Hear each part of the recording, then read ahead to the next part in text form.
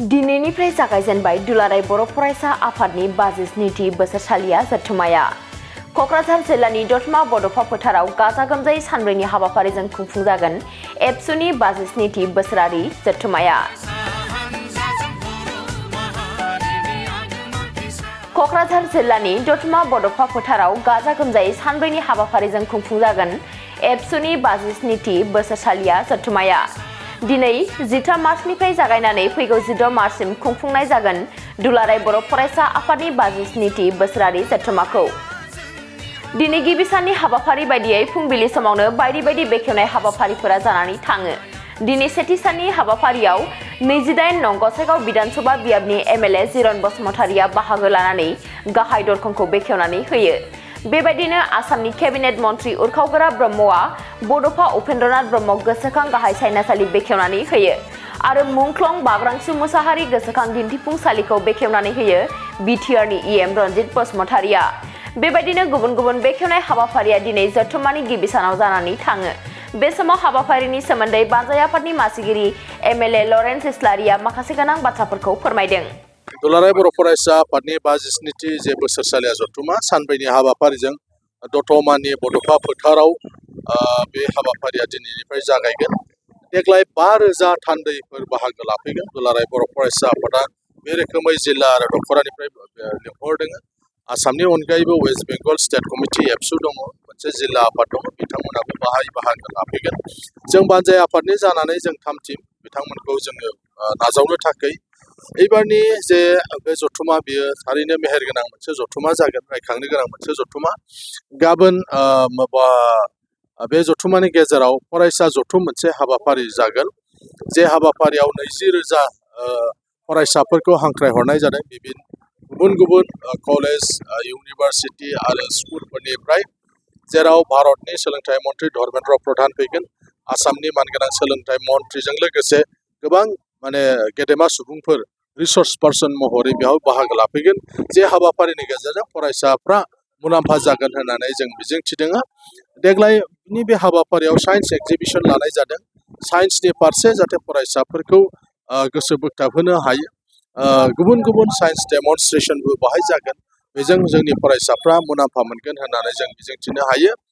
बिनि अनगायैबो बेवहाय गुबुन सावरायनाय हाबाफारि लादों, सावरायमा मेलबो लानाय जादों। आरो फैगौ 16 मार्च जे दिनखालि गेवलां मेल, बे गेवलां मेलनि गाहाय आलासि महरै भारतनि नखर मन्त्रि अमित शाह बिथांखौ हांख्रायहरनाय जादों। आसामनि मानगोनां गिबि मन्त्रि डक्टर हिमन्त बिश्व शर्माखौ लिंहरनाय जादों। बिटिआरनि चिफ मानगोनां प्रमद बर' थागोन, मन्त्रि गुरुजित ब्रह्मजों लोगोसे आसामनि गोबां मन्त्रिफ्रा बेयाव बाहागो लागोन। आरो दुलाराय बर' फरायसा आफादनि जे लोगो आफादफोर, फरायसा आफादफोर, आसामनि गुबुन जे फरायसा आफादफोर दङ, बे फरायसा आफादनि आफादगिरि गाहाय नेहाथारि बिथांमोनखौ लिंहरनाय जादों। आरो बर'नि माखासे गेदेमा दैदेनगिरिफोरखौबो बाहाय हांख्रायनाय हरनाय जादों। गासै 2 लाख सुबुं बाहाय थुबुर जाफैगोन। बेनि थाखाय दुलाराय बर' फरायसा आफाद आरो बानजाय आफादनिफ्राय जों 3 टिम, जेन' रायजो राजाफ्रा जेबो उसुबिदा मोनाजासे गेवलां मेल जागोन जायगायाव थावनियाव जाहाथे फैनो हायो, बिनि थाखाय साखाफारा जों जानानै दङ। आं नोंथांमोननि गेजेरजों खावलायहरदों, सानब्रैनि जे जानो गोनां जे हाबाफारिफोर दं, बे हाबाफारियाव जेन बयबो बाहागो लाफैयो। एक्जिबिसनखौ नायनो नायथावथाव जों खालामनो थाखाय बेवहाय 3 टिम खालामदों। जे एक्जिबिसनाव बुक स्टलबो थागोन, फरायसाफ्रा गाव मोजां मोननाय फरायनो लुबैनाय बिजाबफोरखौ नागिरनानै बे बुक स्टलफ्राव मोननो हागोन। बेवहाय डिपार्टमेन्टेल स्टलफोर थागोन, जेराव बायदि रोखोमनि डेमनस्ट्रेसन खालामनाय जागोन। डिपार्टमेन्टफ्रा बेखौ नायनानै माखासे मानसिफ्रा सोलोंनो हागोन, मिथिलांनो हागोन। बेबायदि खालामनाय जादों। बेवहाय हर्टिकालचार मेलाबो दोननाय जादों। आरो बेवहाय बिथांमोना बादायलायनाय खालामदों, सोर साबसिन आबादारि बेवहाय बाहागो लाफैयो बिसोरखौ बिथांमोना बान्था होनायनि थाखायबो हर्टिकालचार डिपार्टमेन्टआ बेयाव हाबाफारि लादों। बिनि अनगायैबो देग्लाय बे जथुम्मायाव फ्लावार फेस्टिभेल होननानै मोनसे फेस्टिभेलबो खुंनाय जागोन। आरो बे फेस्टिभेला उननि समाव दतमा हालामाव जाबाय थागोन, बेबायदिबो मोनसे हाबाफारि लानाय जादों। बेनिखायनो बे मेहेरगोनां जे हाबाफारि, बे हाबाफारियाव दिनैनिफ्राय जे जागायगोन, बे हाबाफारियाव जाहाथे ओनसोलनि रायजो राजाफ्रा बयबो लोब फैनानै नायफैयो, बाहागो लाफैयो, दुलाराय बर' फरायसा आफादखौ थुलुंगा होफैयो। दुलाराय बर' फरायसा आफादा माहारियारि मोनसे फरायसा आफाद, बेनिखायनो बे आफादखौ जाहाथे बयबो मदद खालामफैयो थुलुंगा होफैयो बेनि थाखाय नोंथांमोननि गेजेरजों आं बयबो रायजो राजाफोरखौ खावलायहरदों। जोंहा लामाया गोबां दङ जे क'क्राझार टाउन जानानै जायफ्रा फैगोन बिथांमोना क'क्राझार टाउन चन्द्रपारा बनरगाव जानानै फैनो हायो। बिनिफ्राय जायफ्रा कारिगावजों फैगोन बिथांमोना बालाजान तिनिआलिजों सिम्बोरगाव बनरगाव दतमा जानानै थोंजोङै फैनो हायो। जायफ्रा नेशनेल हाइवेजों फैगोन बिथांमोना जुदि सेरफांगुरिजों फैयोबा सेरफांगुरि दतमा जानानै हाबनो हागोन। फकिराग्रामजों फैग्राफ्राथ' खाथिखा, गसाइगावजों फैग्राफ्रा माने भावरागुरि जानानै दतमाजों हाबफैनो हागोन। चारिय'फाले बे माने सोरगिदिं माने जोंहा लामा दं आरो जेरावबो जोंनि भलन्टियार्सफ्रा थाखागोन आरो भलन्टियार्सफोरजों लोगोसे पुलिसफ्राबो थागोन जाहाथे खुनु उसुबिदा जाया। जायफ्रा बेयाव फैनो लुबैदों बे मिटिङाव जाहाथे बिथांमोना जेबो उसुबिदा जाया। पार्किंनि थाखाय सोरगिदिं माने बाहाय बेबस्था दोननाय जादों जाहाथे खाथियावनो एसे दोनफैनानै जोंनि बे जथुमायाव फैनो हायो नायफैनो हायो बेबायदि खालामजोबनाय जादों। खालिबोल' जोंनि भलन्टियार्सफोरनि खावलायनाय बायदि जेन' गारिफोरखौ पार्किं खालामा जाहाथे उननि बाहाय थांलाय फैलाय खालामग्रा गुबुनफ्राबो जेन' उसुबिदा जाया। आं खावलायनो लुबैदों फैग्रा साफ्रोमबो जाहाथे भलन्टियार्स खावलायनाय बायदि गारिफोरखौ जाहाथे जेराव जेराव माने पार्किं खालामनाय जादों बाइकखौ बाहा पार्किं खालामगोन, फिसा गारिखौ बाहा खालामगोन, जुदि बासजों फैयोबा बे बासखौ बाहा दोनगोन, बेबायदि गासैखौबो आब्रुथियै जोङो साजायनानै दोनो। बेनिखायनो भलन्टियार्सफोरखौ खावलायनायखौ जाहाथे बयबो खोनासङो मानियो बेनि थाखाय आं गुरै खावलायदों।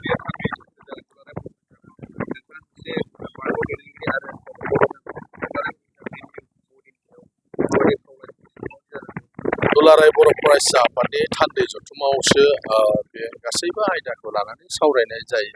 आङो दुलाराय बर' फरायसा आफादनिफ्राय 4 बोसोरनि सिगांनो आं ओंखारनानै फैदों। बे हिसाबै आङो बिथांमोना मा सानदों सानाखै बेनि सोमोन्दै आं जेबो मिथिया। बेयो थार मिटिं सेसन नंगौ, नाथाय गासैबो आथिखालनि थासारि आथिखालनि बायदिसिनाफोरखौ नायनानै एकर्ड इमप्लिमेन्टेसननि एसे आद्रा थाबावनाय खामानिफोरखौ नायनानै निस्सय डेलिगेट हाउसाव मोनसे थांखि लागोन। गोजाम थाफिनगोन ना गोदान फैगोन बिथांमोना निस्सय सावरायलायगोन। बिनि बागै आं जेबो देखियाजुलि बाथासिपुर हालामनि रायजो राजाफोरनि थाखाय गोनांथार फोसावथाय। देखियाजुलि बाथासिपुर हालामनि आबि सेन्टार साखाथियाव थानाय बर' बिजोंनि फरायसालि दानसोरां एकाडेमियाव 2025-2026 बोसोरनि थाखाय गोदानै फरायसाफोरनि मुं थिसननाया सोलिगासिनो दङ। बे फरायसालियाव थाखो बिथराइनिफ्राय लानानै थाखो 9सिम मुं थिसननो हागोन। 2020 मायथाइयाव गायसनजानाय बे दानसोरां एकाडेमियाव नोंथांमोनहा नांगौ रोखोमनि फोरोंथायनि खाबुफोरखौ मोननो हागोन, जेरै फराफारि फोरोंनायनि अनगायैबो कम्पिउटार सोलोंनाय, गेलेनाय, आलादा थाखो फोरोंनाय जेरै इंराजि आरो हिन्दी आयदानि सायावबो जर'खायै फोरोंथाय होनाय जायो। बेनि अनगायैबो हौवासा आरो हिन्जावसाफोरनि थाखाय आलादा आलादा हस्टेल थानायनिबो खाबु दङ। बेजों लोगोसेनो फरायनायाव उन जानानै थानाय एबा गोसोआव लाखिनो हायै फरायसाफोरखौ आलादायै फोरोंनायनिबो खाबु होनाय जादों। मख'नो गोनांदि बिथराइ थाखोनि मुं थिसननायखौ बेसेन लायालासे थिसननाय जादों। बेनिखायनो गोसो गुदुं दिथागिरि नोंथांमोनहा गाव गावनि गथ'फोरखौ दानसोरां एकाडेमियाव मुं थिसननो गोसो दङब्ला थिसननो हागोन। दानसोरां एकाडेमियाव मुं थिसननो थाखाय नोंथांमोनहा 977074575550 एबा 88764802118 जानबुं अनजिमायाव फोनांजाब खालामनानै सुलाद लानो हागोन।